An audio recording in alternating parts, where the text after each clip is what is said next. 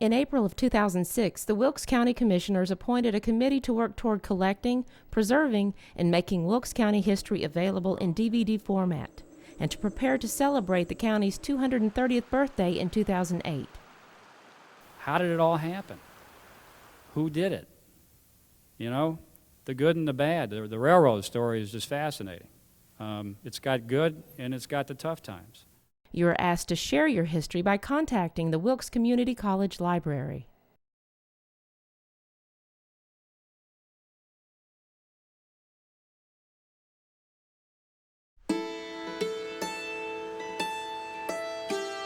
The eastern section of Wilkes County is bounded by Elkin to the east, Austin on the north, Rock Creek on the west, and Summers to the south. And throughout it all are clusters of small communities and settlements with names like Delaplane, Ronda, Klingman, and Lomax. The beginning of what is now known as the Sholey Branch and Benham communities dates back to around the year 1850. Benham Cool Springs School was started in 1937 and completed in 1938 or 1939. In 1945, the school was described as a one-story building of brick. Benham consolidated to become C.B. Eller Elementary School. The first Cool Springs Baptist Church was built in 1805 near Two Cool Crystal Springs. As the congregation grew, 2 more churches were built, with the final one completed in 1896. Pleasant Ridge School was located in District 7 according to the Wilkes County Board of Education minutes of 1933. The school was consolidated in 1966 to form C.B. Eller Elementary School. After the school moved, Bridges Charter School made the building its home. Pleasant Hill School had 2 main buildings. One was built in 1924. After the 7th grade, one had to go to Ronda or Elkin, but most of the children quit school to work on the farm.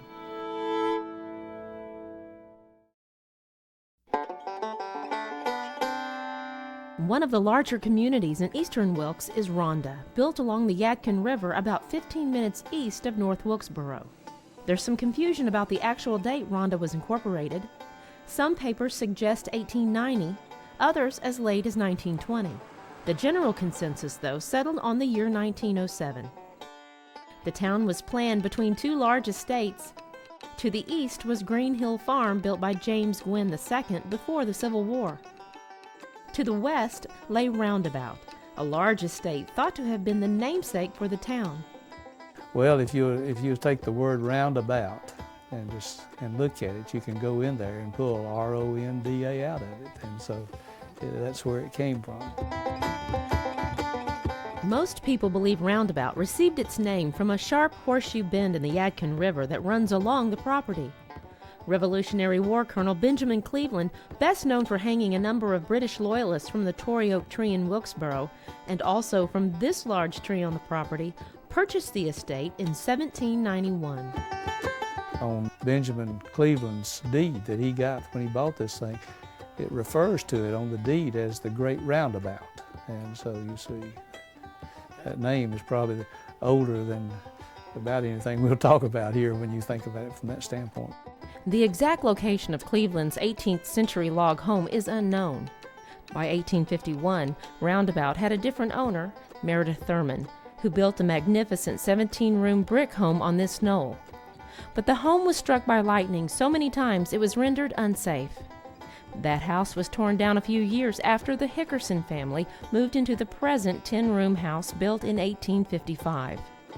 In 1936, the property was sold to the Chatham family of the Chatham Manufacturing Company in Elkin.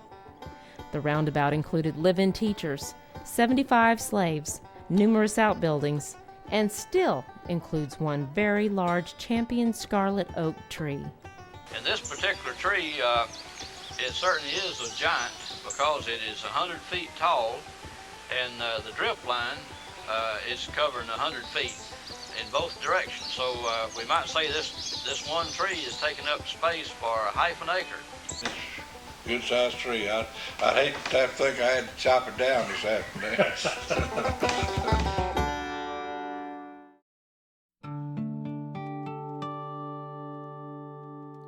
Green Hill.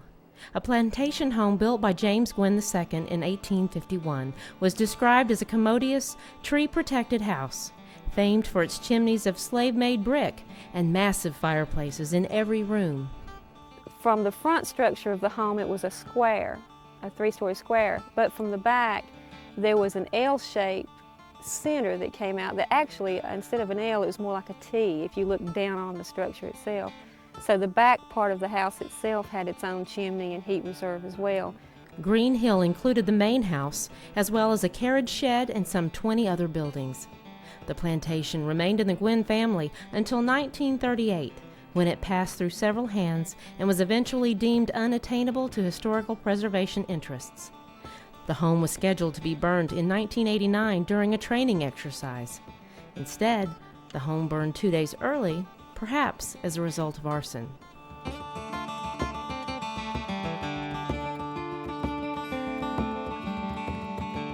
I'm William H. Davis, Jr., the great-grandson of Albert Leonidas Hendricks, who is one of the principal owners and developers of Claymont Hill. This picturesque plantation that overlooks Ronda was first owned by Captain Benjamin Herndon, who built the log portion of the home around 1780. After that, its owners included Captain David Witherspoon, John W. Martin, and Albert L. Hendricks. This farm was a model farm from what some of the people that lived before me had told me and talked about it. Said that Mr. Hendricks kept his range banks cleaner than most people kept their cornfields. Mr. Hendricks renovated the home into an early 19th century dwelling.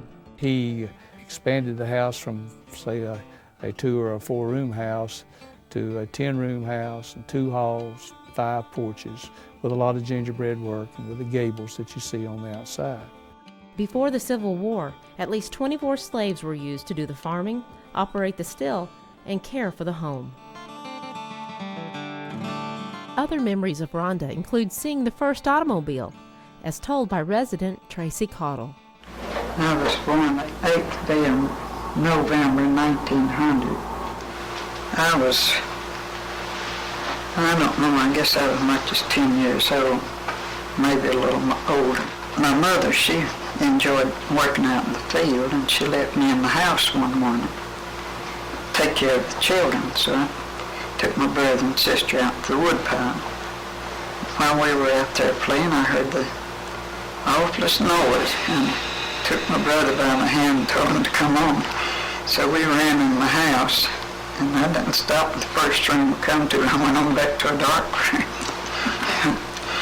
Then that noise just kept getting closer, and I slipped to the door, and I saw I had heard so much said about these new cars, and when I saw it, I knew it was a car, so I ran back in the room and took my sister and told my brother, come on, there's a car coming. And we ran back out to the woodpile to see that car. It was a red one.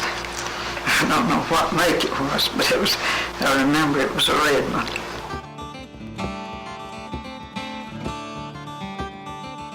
As far as commerce, Ronda's first building was a general store erected by the Gwyn and Hickerson families. Well, let's see, there was a Mr. Mathis that had a general store down below the railroad, and my daddy and Leek Poplin had a store there, a general merchandise, and they sold fertilizer, and they had a big freezer built, walk-in freezer that they kept fresh meats in. And then there was the drugstore and the post office. In 1930, W.E. Sale also opened a cannery, paying employees around 8 cents an hour.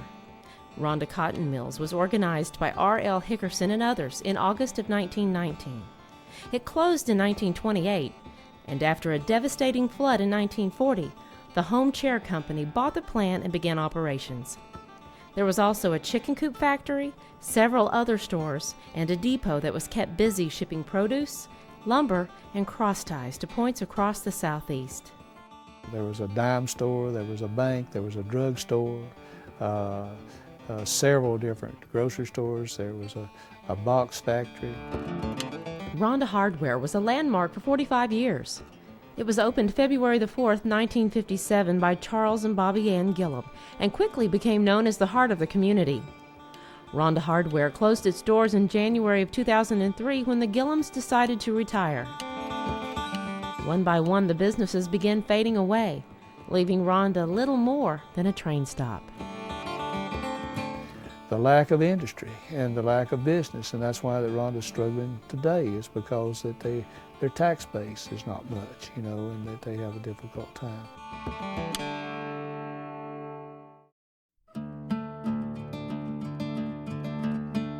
Prior to 1841, there were no public schools in Ronda, and very few schools at all until the late 1890s. Wealthier families ran small private schools like Midway Academy. Well, Midway Academy was, as I understand, was constructed about 1866, and it got its name because it was midway between the Gwyn plantation and the Hickerson plantation. Those were two well-to-do families that were here when Ronda was established.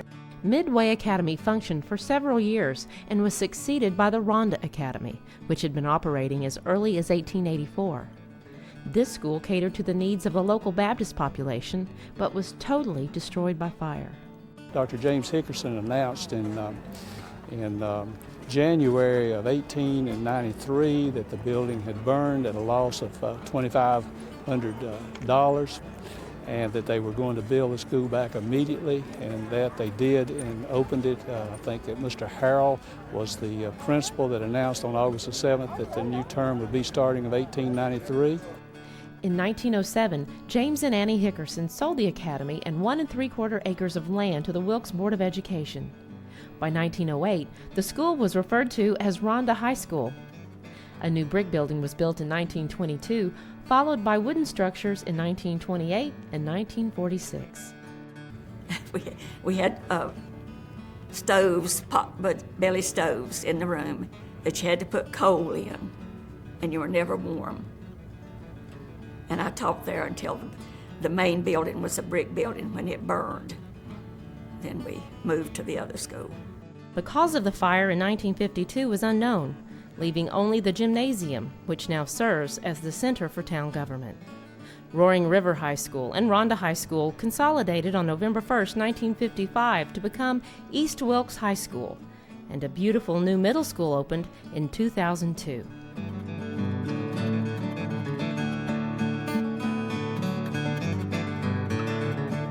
Gwyn's Chapel, or the All Saints Episcopal Church in Ronda, was erected in 1897 and was very important to the early history of the town. Joyce Gwyn McBee was an accomplished artist who painted beautiful stained glass windows in the church. Years later, the chapel, which no longer had services, gave way to a modern volunteer fire department. Other churches include the First Baptist Church built in 1893, Christians for Christ, Ronda Baptist Tabernacle, Ronda Church of God, and the Methodist Church that has since been closed, sold, and vandalized.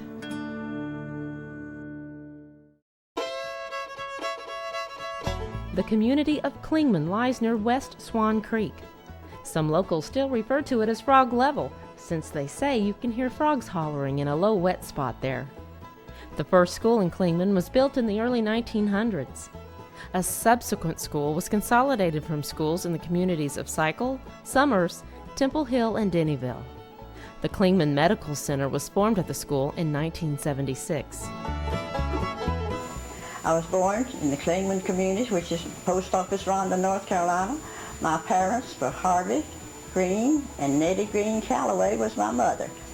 Daddy had the first Model T in our community, so we could ride and go somewhere a little bit. The H.G. Green store was built in the 1890s and served as a general store as well as the local post office. On Sunday, November 26, 2000, the landmark burned to the ground, losing a valuable piece of Klingman's heritage and several historical papers.